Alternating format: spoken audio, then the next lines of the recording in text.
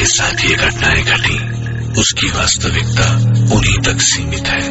भूत प्रेतों और अपसामान्य विषयों के होने पर चैनल कोई दावा नहीं करता और न ही प्रोत्साहन करता है, बस एक दावा करता है और वो है डर।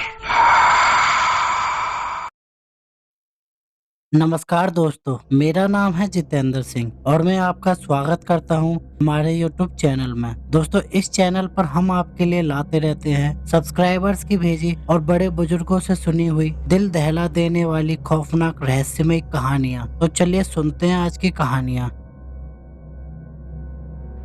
आज मैं बहुत ही खुश हूँ क्योंकि आज पूरे 11 साल बाद अमेरिका से मेरा दोस्त अपनी पढ़ाई पूरी करके वापस लौट रहा है। उसने भौतिक शास्त्र के विषय पर PhD की हुई है। उसका मानना है कि दुनिया में जो भी कुछ हो रहा है उसमें कहीं न कहीं फिजिक्स छुपा होता है। खैर जो भी हो, पर इस कहानी में ऐसा क्या हुआ कि उसकी फिजिक्स भी काम नहीं आई। चलिए आज हम पूरी कहानी बताते हैं। जब वो अमेरिका से वापस आया तो सीधा मुझसे मिलने के लिए मेरे घर पे आ गया और आकर ही मुझे गले लगा लिया। मैं भी उसे देखकर बहुत खुश हो गया। मैंने बोला, अरे शिवम, अमेरिका से कब लौटा? मुझे बताया भी नहीं। आज ही लौटा हूँ। तुम्हें सरप्राइज देना चाहता था, इसीलिए मैंने तुम्हें नहीं बताया। और बता, क्या हाल चाल है? घर में सब कैसे हैं? मैंने कहा सब बढ़िया है। और तू बता, तू कैसा है? तुम्हारी पढ़ाई पूरी हो गई क्या? हाँ, मेरी पढ़ाई तो कंप्लीट हो गई है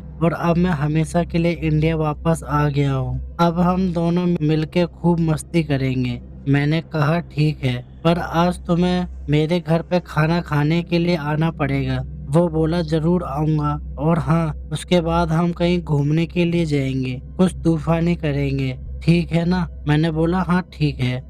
उसके बाद हम दोनों ने रात को खाना खाने के बाद हमारे गांव के पुराने मंदिर में घूमने के लिए गए। मैंने बोला, शिवम, क्या तुम्हें पता है ये मंदिर बहुत ही ज्यादा फेमस है? उसने हैरान होके बोला, ओ तो ये है तुम्हारा तूफानी अंदाज। क्या यार, तुझे कोई अच्छी जगह नहीं मिली कि तूने मुझे यहाँ लेकर आया? मैंने बोला, तुम चलो तो सही, बहुत मजा आएगा। लोगों का मानना ये है यहाँ भूत प्रेत जैसी आत्माएं रहती हैं। शिवम, क्या सच में यहाँ पे भूत है?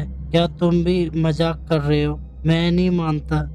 मैंने बोला ठीक है, हम दोनों साथ में जाते हैं और पता लगाते हैं कि सच क्या है, कि सच में भूत है कि नहीं। फिर हम दोनों मंदिर के अंदर चले गए। मंदिर काफी बड़ा था और थोड़ा भयानक भी लग रहा था। ऐसा लग रहा था कि कई दिनों यहाँ सफाई नहीं हुई है। फिर हमने मंदिर के पुजारी से बात की, पंडित जी, हमने सुना है कि यहाँ आसपास कोई भूत का निवास है, क्या यह बात सही है? यह सुनकर वो पुजारी हमको घूरने लगा और बोला, चले जाओ यहाँ से, ये जगह तुम्हारे लिए सही नहीं है। मैंने बोला, क्यों पंडित जी? पंडित जी, आओ मेरे साथ, मैं आपको बताता हूँ। इतना कह के वो हमें एक कमरे में ले गया और हम जैसे ही अंदर गए तो वो पुजारी ने बाहर से उस कमरे को लॉक कर दिया। यह देखकर मैं और मेरा दोस्त शिवम घबरा गए। वहाँ पे अंदर जाके देखा तो हमारे होश ही उड़ गए। वहाँ उस रूम के अंदर कई सारे कंकाल और हाड़ पिंजर पड़े थे और बहुत ज्यादा गंदी बास आ रही थी। उतने में ही पीछे से दो बड़े और भयानक दिखने वाले आदमी आए। उन्हें देखकर ऐसा लग रहा था कि वो कोई साधारण इंसान नहीं बल्कि मांस और खून पीने वाले नरभक्षी हैं। ये सब देखकर हम बहुत डर गए। हमने तो मान ही लिया था कि अब हम जिंदा नहीं बचेंगे। फिर उन दोनों ने हमें कस कर पकड़ा। फिर हम दोनों बहुत चिल्लाए, बचाओ बचाओ, लेकिन कोई बचाने के लिए नहीं आया। इतने में ही वो पंडित जी एक बड़ी चमत्कारी तलवार लेकर हमारे रूम में आए। फिर उन तीनों ने रूम में आग लगा के मंत्रोच्चार करना शुरू कर दिया। हम ये सब देखकर डर के मारे और ज्यादा जोर जोर से चिल्लाने लगे। ठीक उसी समय किसी ने बाहर से हमारे रूम का दरवाजा खटखटाया। दरवाजे की खटखटाहट सुनकर उन तीनों ने रूम की आग बुझा दी और दूसरे कमरे में चले गए। हमने तुरंत ही उठकर उस रूम का दरवाजा खोल दिया। दरवाजे के सामने उस मंदिर के ट्रस्टी और आसपास के रहने वाले लोग खड़े थे। हम कुछ बोले उससे पहले उन लोगों ने हमें धमकाना शुरू कर दिया। तुम दोनों कौन हो और यहाँ मंदिर में चोरी करने के लिए आए हो? सच बताओ वरना हम पुलिस को बुलाएंगे। हमने सब सच बता दिया, लेकिन उन लोगों को हमारी बात पर भरोसा नहीं हो रहा था, बल्कि उल्टा हमें डांटने लगे। तुम दोनों क्या बोल रहे हो? नशा करके आए हो क्या? ये मंदिर कई सालों से खंडर हो चुका है, यहाँ कोई पुजारी नहीं रहता है। अब चलो यहाँ से वरना हम पुलिस को बुलाएंगे। यह सुनकर हमारे तो होश ही उड़ गए, क्योंकि हमने अभी तक जो देखा वो कोई इंसान नहीं बल्कि उनकी प्रेत आत्माएं ही थी। हम तुरंत ही मंदिर से निकल गए। बाहर निकलते समय मैंने मंदिर की खिड़की से अंदर देखा तो वो तीनों वहीं पे मौजूद थे और मुझे देखकर हंस रहे थे। मैं और मेरा दोस्त तुरंत बाइक लेके घर पहुंच गए। आज भी मैं उसके बारे में सोचता हूँ तो भी मेरा हृदय डर के मारे कांपने लगता है। और ये कहानी यही खत्म हो जाती है। ये कहानी उन दिनों की है जब गांव में शौचालय नहीं हुआ करते थे। अब तो नरेंद्र मोदी जी ने गांव में शौचालय बनवा दिए हैं, लेकिन पहले शौच नहीं थे।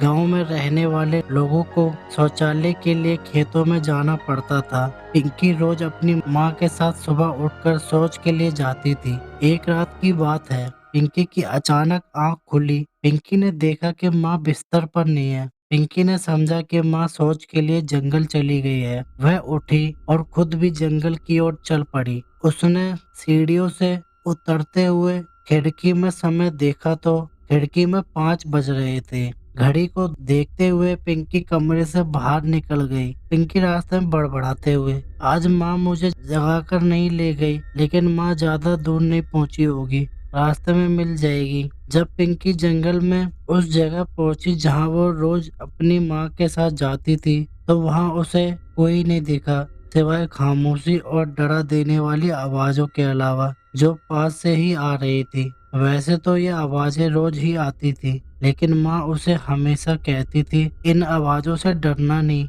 सियार को एक जोर से पत्थर फेंक के मारो तो ये भाग जाते हैं। लेकिन आज पिंकी उन आवाजों को सुनकर डर रही थी। डर के मारे पिंकी की सांसें रुक कर आ रही थी। पिंकी अब जैसे ही घर जाने के लिए मुड़ी, उसने खेत में थोड़ी दूर किसी को देखा जिसने सफेद कपड़े पहने थे। देखने में लग रहा था मानो कोई औरत हो। उसने दूर से ही उस सफेद कपड़ों वाली औरत को आवाज दी, माँ माँ, लेकिन उधर से कोई जवाब नहीं आया। पिंकी खेत में थोड़ी और आगे उस औरत की तरफ बढ़ी और फिर आवाज दी, माँ माँ, आप है क्या वहाँ? मैं आपसे बहुत गुस्सा हूँ। आज आप मुझे अपने साथ लेकर नहीं आई। पिंकी के इतना कहने के बाद भी वहां से कोई जवाब नहीं आया। पिंकी को बस उसकी चूड़ियों की आवाज आ रही थी। वह माँ का आवाज उनकी चूड़ियों से कर लेती थी, लेकिन अब जिन चूड़ियों की आवाज उसके कानों में जा रही थी, वह उसकी माँ की चूड़ियों की आवाज नहीं थी। ना तो उधर से कोई आवाज आ रही थी, ना ही वह आवाज उसकी माँ की चूड़ियों की थी। यह सोचकर पिंकी घर वापस जाने लगी। जैसे ही वह खेत से बाहर निकली, वह साया उसकी तरफ बढ़ता दिखा। यह देख तो जैसे उसकी हालत खराब हो गई। अब वह घर की तरफ भागने लगी। भागते भागते उसने पीछे मुड़कर देखा तो वह साया अब भी उसका पीछा कर रहा था। जैसे तैसे पिंकी अपने आप को संभालते हुए घर पहुंची। माँ ने देखा ये लड़की ऐसे भागते हुए क्यों आ रही है। पिंकी से माँ ने कहा, क्या बात है बेटा, ऐसे क्यों भाग रही हो? तब पिंकी ने हाफते हुए कहा, माँ वो औरत कौन बेटा, क्या हुआ?